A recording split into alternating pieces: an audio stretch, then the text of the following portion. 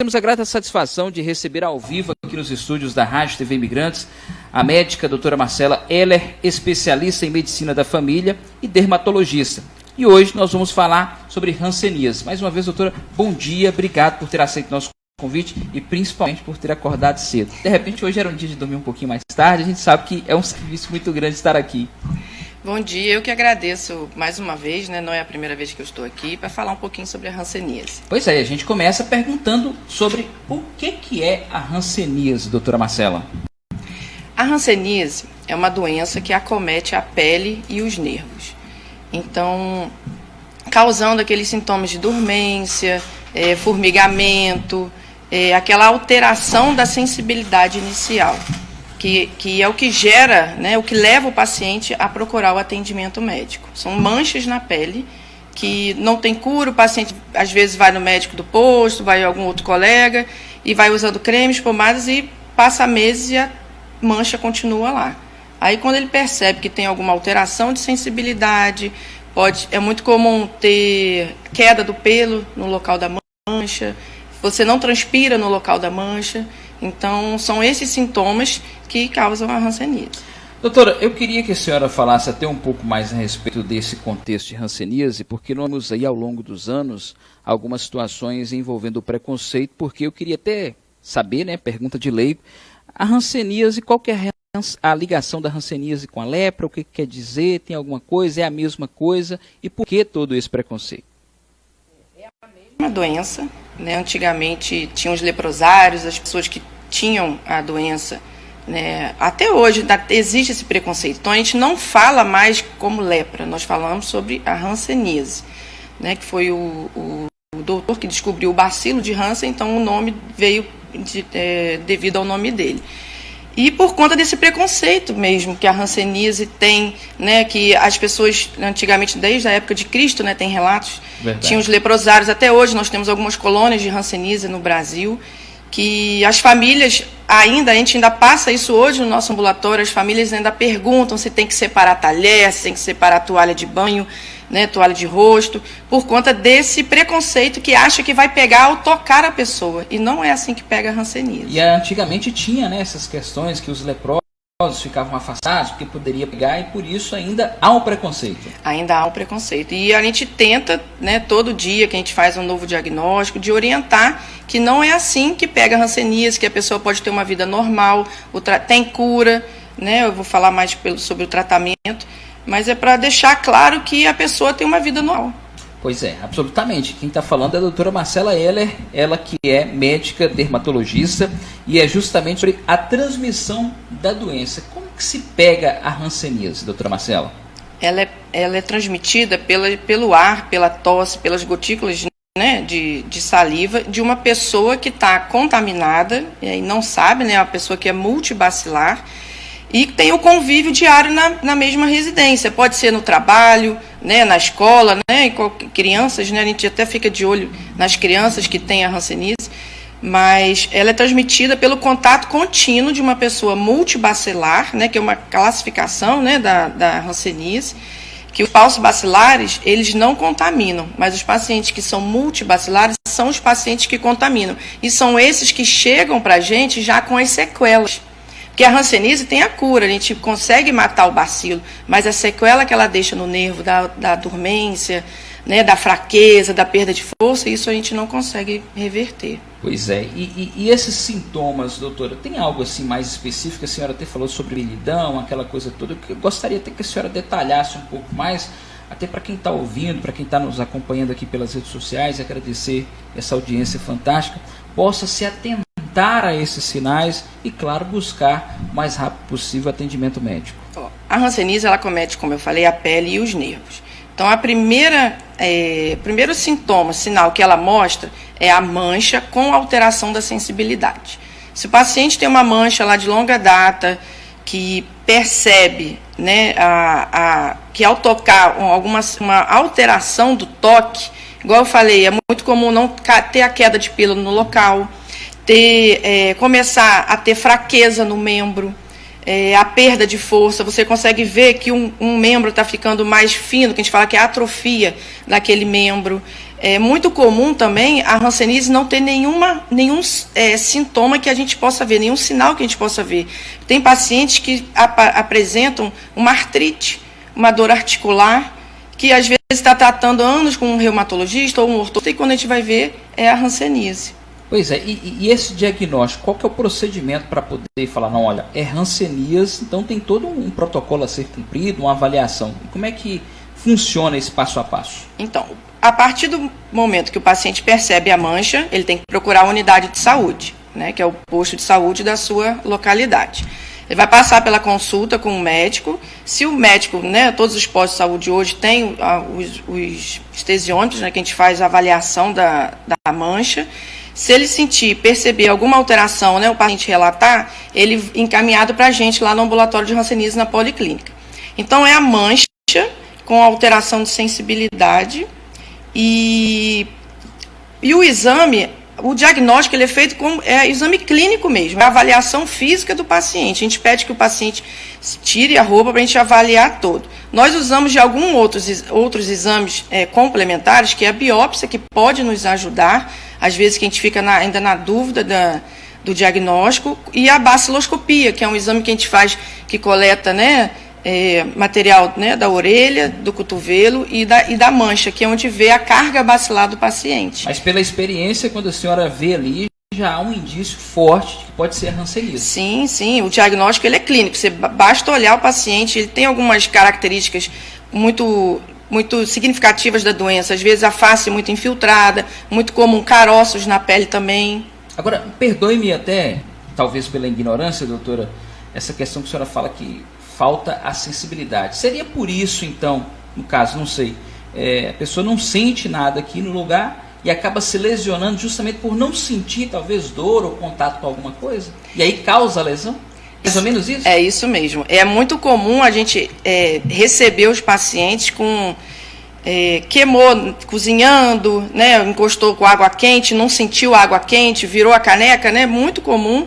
Aí faz aquela queimadura, faz aquela ferida... E dessa ferida que causa a infecção secundária, que pode causar, né, nós temos alguns casos da osteomielite, e que vai perdendo os pedaços, né, dos dedos das mãos, dedos, isso que gera o paciente a vir ao consultório. Às vezes ele tem a mancha lá, ou já tem esses sintomas há muitos anos, mas não relata. Mas aí caiu água quente, não sentiu... Nossa, não, eu tenho que procurar um médico para ver o que é. É um tanto quanto estranho, né? Poxa, será que eu sou um ser humano diferente? Eu não estou sentindo dor? Fique atento aí, pode ser um sinal de hanseníase. Bom, passado esse processo de identificação, diagnóstico, aquela coisa toda, agora vamos para o tratamento. Como que começa esse tratamento que é prescrito, né, melhor dizendo, para o paciente?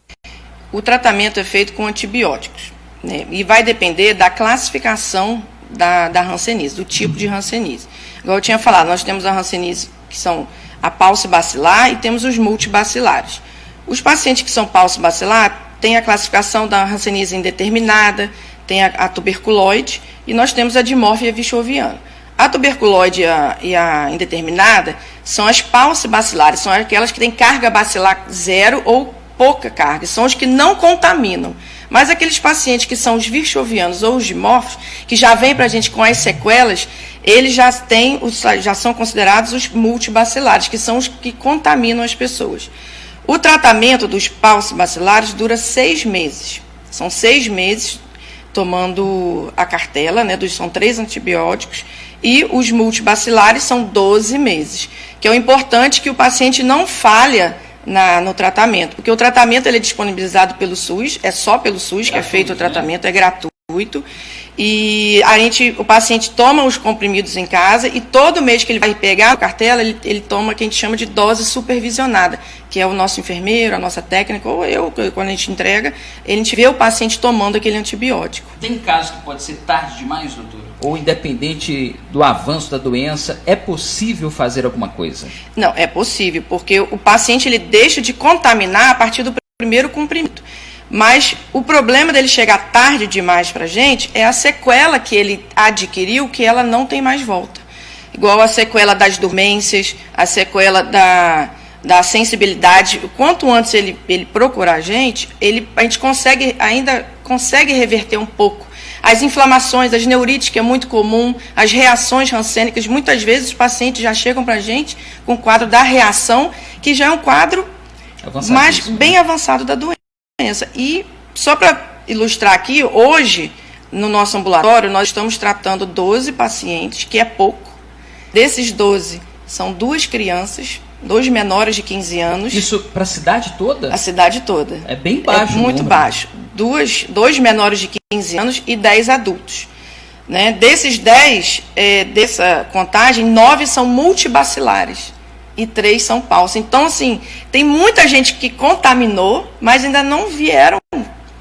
Então, assim, a gente tem paciente perdido ainda. Não se atentaram, né, para todos esses procedimentos. Nós estamos falando sobre hanseníase, estamos com a médica dermatologista, doutora Marcela Heller, que muito abrilhanta e nos enriquece com os seus conhecimentos participando aqui no nosso jornalismo da Rádio TV Imigrantes. Só para a gente já nos encaminhar aqui para a parte final, existe uma prevalência da hanseníase? Um tipo de pessoa específica que está sujeita a pegar mais, ou isso não tem nenhuma regra, doutora, nenhum tipo específico? Qualquer um está sujeito a pegar, ou tem aquele que é mais fácil? Não, então.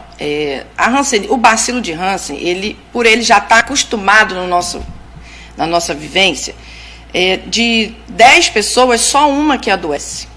Então, assim, a gente consegue, nós temos uma imunidade natural da doença, né? Graças a Deus a gente consegue. Às vezes a gente foi contaminado e nosso corpo mesmo conseguiu combater. Mas tem aquelas pessoas que têm a imunidade mais deficiente, às vezes por um quadro de desnutrição, né? E casos de família, está sujeito? Tem um caso na família. Pode ter uma ramificação ali? Pode ir. Até o que você tocou nesse assunto é muito interessante. O paciente que vem para a gente com um diagnóstico, nós temos que avaliar os contatos. São as pessoas que moram, os contatos intradomiciliares, que são os contatos que mais têm chance de desenvolver a doença. Então, como que é feito?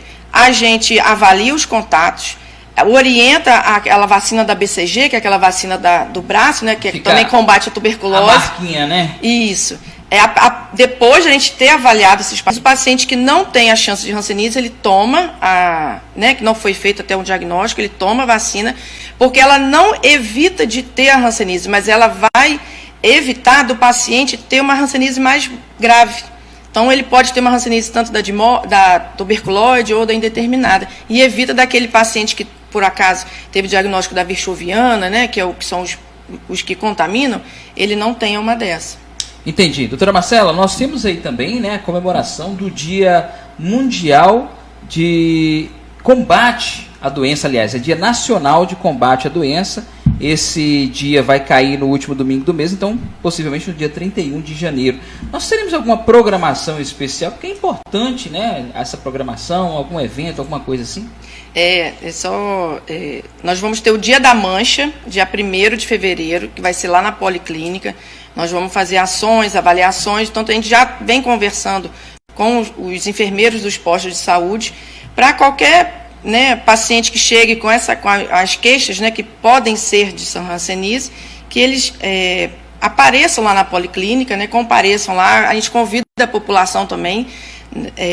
Não é só no dia 1º, né? Nosso ambulatório são todos os dias lá, só né? para comemorar a data. É só para um dia, uma data, né? Que marca. Trabalho preventivo de acompanhamento todo dia. Isso, o trabalho preventivo.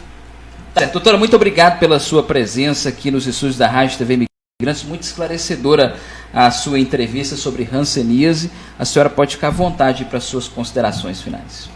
Eu gostaria de agradecer novamente por falar sobre a hanseníase e esclarecer que a hanseníase tem cura, né? O tratamento ele é todo pelo SUS, não tem tratamento particular, né? Os antibióticos são distribuídos pelo SUS.